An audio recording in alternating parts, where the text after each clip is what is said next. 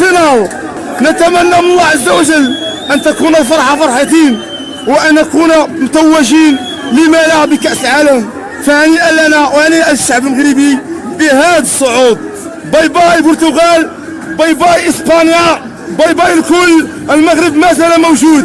فهنيئا لكم. ارفع قبعة لوليد الركراكي وللدفاع الصلب في تاريخ بلادنا. هذا الدفاع دخلوا ولاد بلادنا.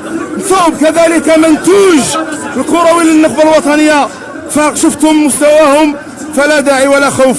فالمقابلة كانت ملاكمة. وداع رونالدو، وداع رونالدو. دموعك غالية يا رونالدو، دموعك غالية يا رونالدو. باي باي باي باي. هنيئا لنا بهذا التتويج، ونخليكم مع الاجواء ديال الفرح في الشارع في ازقه مدينه مراكش. خليكم معنا متتبعين الاوفياء.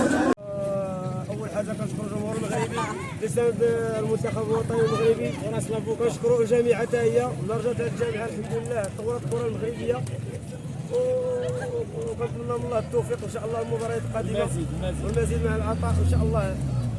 كاس العالم مغربي ودير النيه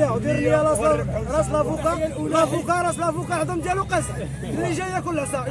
شكرا للسيره اللي ماركه داك اللي فات الهدف، وشكرا للسي وليد وجلاله الملك ان شاء الله تشوف كاس العالم. علاش المغرب واحسن تنظيم دارتو قطر اخويا.